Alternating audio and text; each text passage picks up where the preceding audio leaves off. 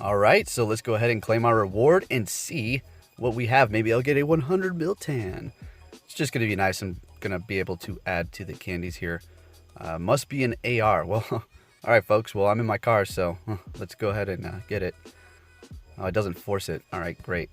Because, yeah, we don't have to worry about it running because this is a breakthrough. They do not run. And as far as my Meltan videos that I was discussing how they do not run from you from the boxes that you get from Pokemon Let's Go, apparently, yes, they do run. Okay, so not too sure what the percentage is. I talked to somebody actually, and they said that it errored out 2 times. So I don't know if those really count as a run, more so as an error. But nonetheless, yeah, they run. You know how you get those errors as well is if you go plus a Pokemon, you tap on it, the sprite is still sitting there in the game, but in reality, it's actually caught. So when you tap on it, it either ran or you caught it, right? Anyways, let's go on to catch this. I'm just going to do Ultra Ball because I want to just speed this up, and I don't want to have to throw like 10 of them at it. So let's catch this little guy here. As far as evolving into Metal, I made up my mind. I'm not going to dump any rare candies into that whatsoever.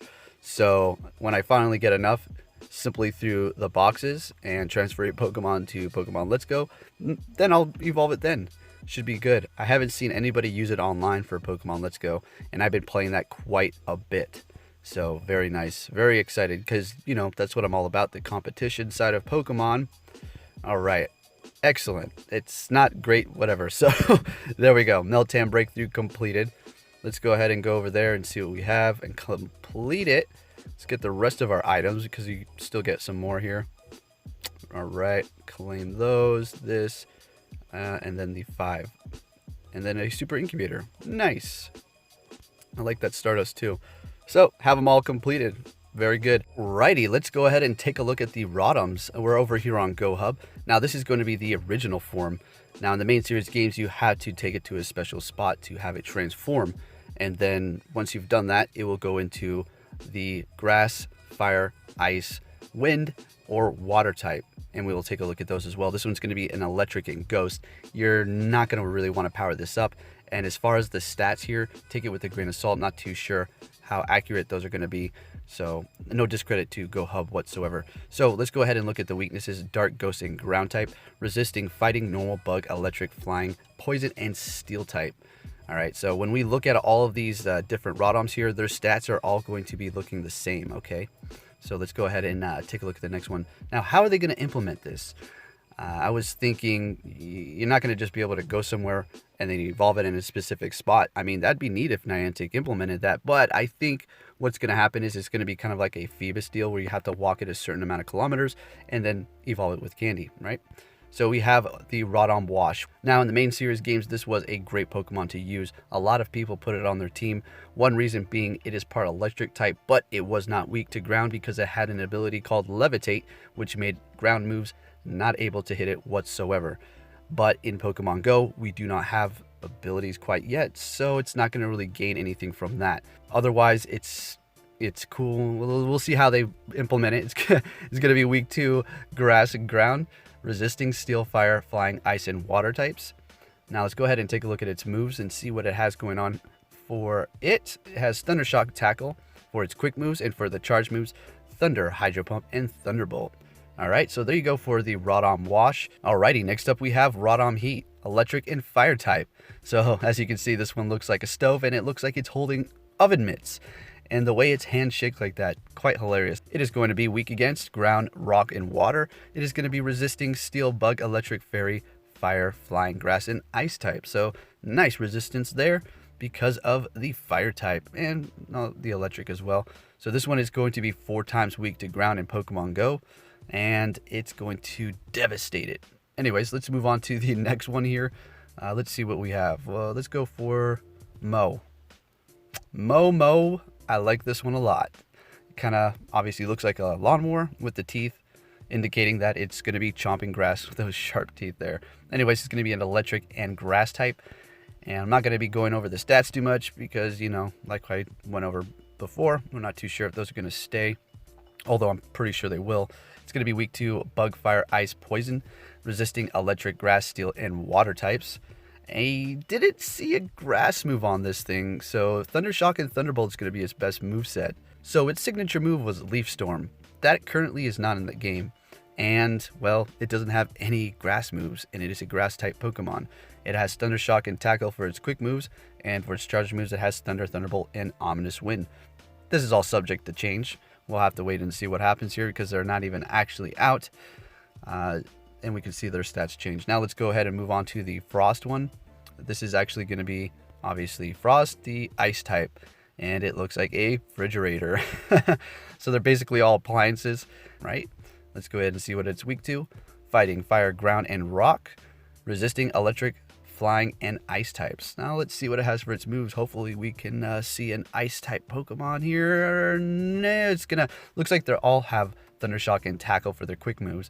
Now this one actually has a stab move for its charge, which is going to be Blizzard, and then it has Thunder and Thunderbolt. So, just something to add to your Pokedex. It'd be fun to use a full team of these two as well. Alright, so now let's go ahead and move on to the Rotom Fan. So like I said, appliances, right? Electric and Flying type.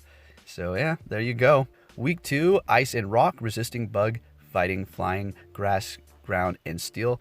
These are pretty good types to use on your team if you are ever to go in a player versus player match, because a lot of them are pretty tricky to counter, I suppose, if you just didn't have the right typings for the average person who just doesn't know typings. Now, here's another one that doesn't have a move that is actually its other typing other than the electric. So it leads me to wonder, are we going to see a whole new move pool for these? Because it would make sense. They should have at least one of those types opposite from their electric. This one's going to have Tackle, Air Slash for its quick moves. For its charge moves, it's going to be Thunderbolt, Thunder, and Ominous Wind. Alright, so there you have the Rotoms. So in the main series games, that main Rotom that you see at the top, the Electric and Ghost, is going to be possessing these appliances and becoming them. It doesn't necessarily have an evolution. It just kind of shifts its consciousness into these appliances and then becomes the Rotom Heat, Rotom Wash, Frost, Fan, or Mow. When the Rotoms do enter into Pokemon Go, hopefully they will be receiving one of these signature moves that they have in the main series games that actually makes them somewhat good, especially the Rotom Mow. So for the Heat, we have Overheat. For the Wash, we have Hydro Pump. For the Frost, we have Blizzard. For the Fan, Air Slash, and Mow, Leaf Storm. Let's see, Leaf Storm and Overheat being neck and neck is damage, and then Hydro Pump and Blizzard, and then Air Slash being the worst one. So that is going to be the Fan. So they have their signature moves, and the original one, I guess, Thunder Shock, I suppose. Alrighty, now let's go over that new TM, which is not actually in the game. This is just my idea. It would help you learn either Legacy, Community Day, and or signature moves. So for instance, if Groudon came back and it learned Precipice Blades, which is going to be a stronger ground type charge move, I would assume I would be able to just use that TM and get it. Now, if you're thinking to yourself, well, no, absolutely not. I don't think that sounds like a good idea. It's going to make all my legacy Pokemon useless. Not necessarily useless, but not valuable like they were before. Because let's be realistic. If you have a legacy Pokemon and it's actually meta relevant and you feel proud about that, right? It's something you collected, you saved it, and now you have it. And not everybody has that in circulation. I understand that for sure. I know that better than anybody when it comes down to my Gengars. Now, it's going to be extremely rare to come across. It's not like it's going to be, easy. You're going to get it through, I don't know, maybe 1 in 75 chance on your 7th day. It's very, very rare. Probably going to be one of the rarest items. So that is just my thoughts. That'd be fun. Now, I know we have the Community Day coming up in December, which is going to be featuring everything we had in 2018 as a Community Day Pokemon. And you are going to be also able to get this one, probably your best shot. Now, people were upset I did not mention Tyranitar. Poke, why didn't you say go for Tyranitar with Smackdown? It's a great Pokemon. And somebody even said it's a great Pokemon to drop in a gym with Smackdown and Crunch. I would have to disagree on that. I'm not going to say Tyranitar is horrible. It's absolutely great. Definitely, you should go for one of those or 2 or 3 on Community Day. As far as powering them up, I don't know if you want to do that, because you're going to be receiving several Pokemon down the line that are going to be outperforming it, and that is one of the reasons why I did not suggest that, because some people take things that I say real, because I'm trying to give advice, and they understand that at this point, and they'll power it up. 2, 3, 4, 5 weeks or whenever this is released, Rampardos and then you're going to have a better one. All right. It's not like they had a bad investment, but there's going to be something to outperform it. See where I'm coming from? That was a little drawn out, but there you go. They could even have it as a reward for your 50-kilometer adventure week prize. I mean, you know, the possibilities are endless. And like I said before, I wouldn't mind whatsoever going into the shop, scrolling down here, seeing a deal on charge DMs, maybe 1, 5, and then 7 of them, or maybe 4. I don't know what they would do for a bundle, but I would buy them, okay? If that sounds too paid to win, you know, I'd rather buy them than go around doing random raids for the chance to possibly, maybe, just maybe, getting one. Yes, it's fun to go out there and have the adventure and not just be able to immediate play to win. I understand, but it would be a great option, and I know a lot of people out there who don't have others to raid with, higher level raids, so they can never receive TMs. Therefore, they're stuck with horrible moves on the Pokemon that they have worked so hard to get. See where I'm coming from? Anyways, thank you for watching, trainers, and I'll be catching you on my next video. Take care.